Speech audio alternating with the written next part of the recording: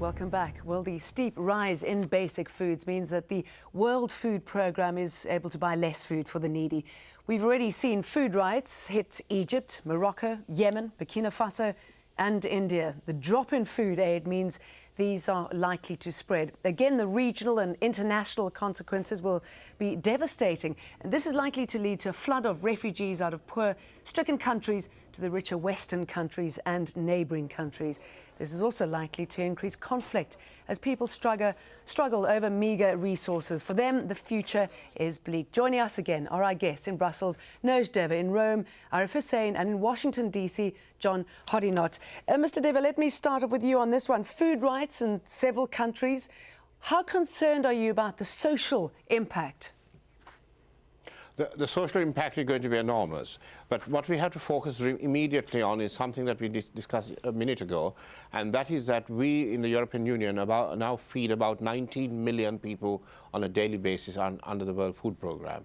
We were the first to give money so that the food is bought locally in the local markets, thereby sustaining the local agricultural industry, and we don't ship the food in. This is an enormous benefit for local farmers, and I think all the other donor countries, including the United States, should seriously consider what we have been doing for a number of years with great success. In terms of social unrest, as food prices go up, poorer and poorer people will find it difficult to have a balanced and nutritious meals. Children will suffer, education will suffer, and the health will suffer. We mustn't and we will not ever be able to look each other in the face if we put our food into motor cars. There's this mad idea that we can save the world from climate change, but the equation doesn't add up either. The carbon, it's not carbon positive. In fact, in some cases, it's carbon negative to grow food and then turn that into biofuels, because at the end of the total audit on the carbon cycle, I think we are more carbon negative than carbon positive. Okay, let's go back to the point about policing the food and getting to those who need it the most. I mean, Mr. Hussain, once you have that food, how difficult is it to get it to those poor and needy, particularly in countries where war is rampant? Well, that's a very good question. I think we try our best, and we get to places where many others are unable to do that. I think that is the competitive advantage of WFP. We are present in almost 80 countries. We have wide networks of our staff and our partners in those countries which work day and night to actually provide this food and other types of assistance as well to these people who are a lot in need. One more thing I would like to mention is that you know, we are seeing all these riots and stuff, but there are also many people who are not even in the capacity to actually participate in the riots. What I mean by that is that a lot of our caseload is like in remote locations where things may be a lot worse than in the capitals, but they are not on the television. Mr. Hodinot, food being used as a political tool, for example, we saw that in North Korea. How effective is that on food policy worldwide? That used to be a significant problem in the past. It is much less of a problem now, in large part because of the decisions by the European Union and other major donors to increasingly channel their assistance through multilateral organizations like the World Food Programme. So should food be used as a political tool or as a humanitarian tool? Absolutely not. Mr. Deva, what impact is it having? Can't do that. I mean, food is a basic right. People have to have food, and we can't play politics with food. And we should never play politics with food, even in areas of conflict. But it's certainly been used as an effective tool. If I can use Gaza as an example, the closing off of entry and exit points has almost starved the population there. But I don't think the exit and entry points were closed off because they were going to use food as a weapon. They were doing that to create security for themselves on both sides, perhaps. There is a sense of insecurity about the other's intention. But I don't think that was done as a food as a weapon. Even in Sri Lanka, for example, where there has been a civil war going on for now 27 years.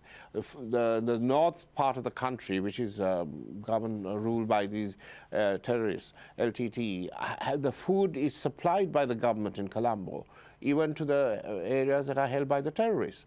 So there is no question, really, of food being ever used in any civilized country as a weapon. Okay, Mr. Hussain, how do you prevent the World Food Programme from being used as a political tool or circumventing political interference? For example, in Zimbabwe, we're seeing elections coming up this Saturday. Well, you know, again, we are a humanitarian agency. Our mandate is to feed the hungriest people of this world. As it is, you know, we say there are 850 million people who are undernourished, and we feed about 80 million of those. So, you know, that's only about 10% of the total undernourished. Now, we really don't play any kind of politics. Our job in different countries is to assess the situation, to tell the world that this is happening, and try to do our best in terms of getting the food to the people who are in most need. But food does play a role in politics, Mr. Hadinot. We've just seen it in Pakistan, for example, where food played a great role in unseating President Musharraf. Markets don't enjoy food problems. That's an interesting statement. I think many people would argue, and I think argue correctly, that markets in many places are an efficient means of meeting the food needs of consumers. But markets don't work perfectly everywhere. That's why, in terms of providing support to poor and hungry people throughout the world, the use of cash to buy food in local markets is important, but there are some countries still where food markets do not work perfectly, and in that place there's still a role for the direct transfer of food from wealthier countries to poorer ones. Okay, so the winners, there always is a winner in any scenario. Mr. Hadinot, who do you think comes out well in all of this?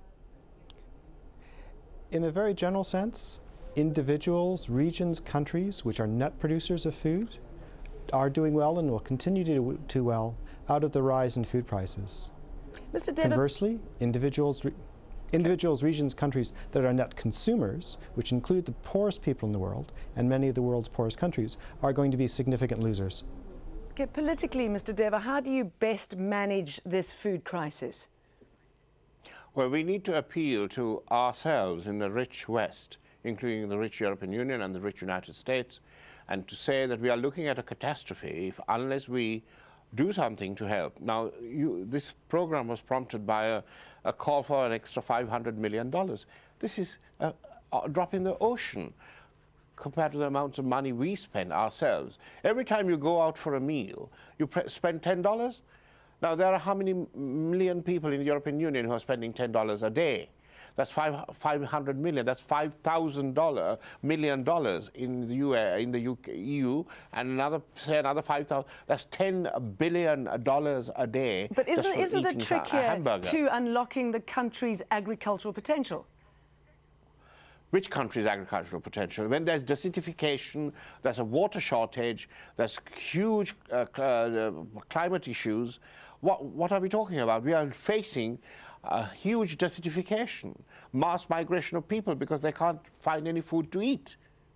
And Mr. Hussain, isn't one of the big problems that once you get the food to these people, it doesn't really make much impact, does it? Is it delaying the inevitable? Mr. Hussain. Oh, sorry. No, obviously not. I mean, you know, for WFP, we are involved in many different types of activities. We support on the agricultural side with FAO and other NGOs.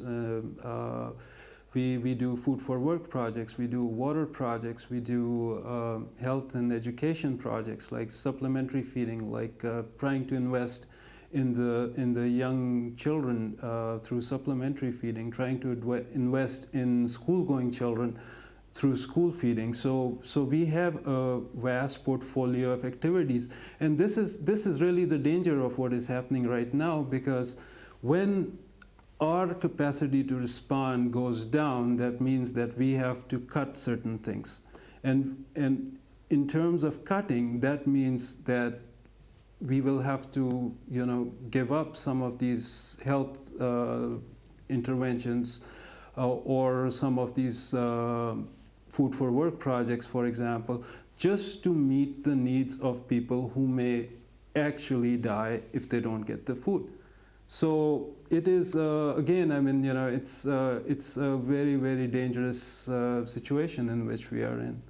It certainly is. Arif Hussain talking to us from Rome there, in Brussels, Nerj Deva, and in Washington, D.C., John Hodinot. Gentlemen, thank you very much for joining us, and thank you, as always, for your company on Inside Story. We welcome your comments and suggestions. Please email them to us at insidestory@aljazeera.net. Goodbye for now.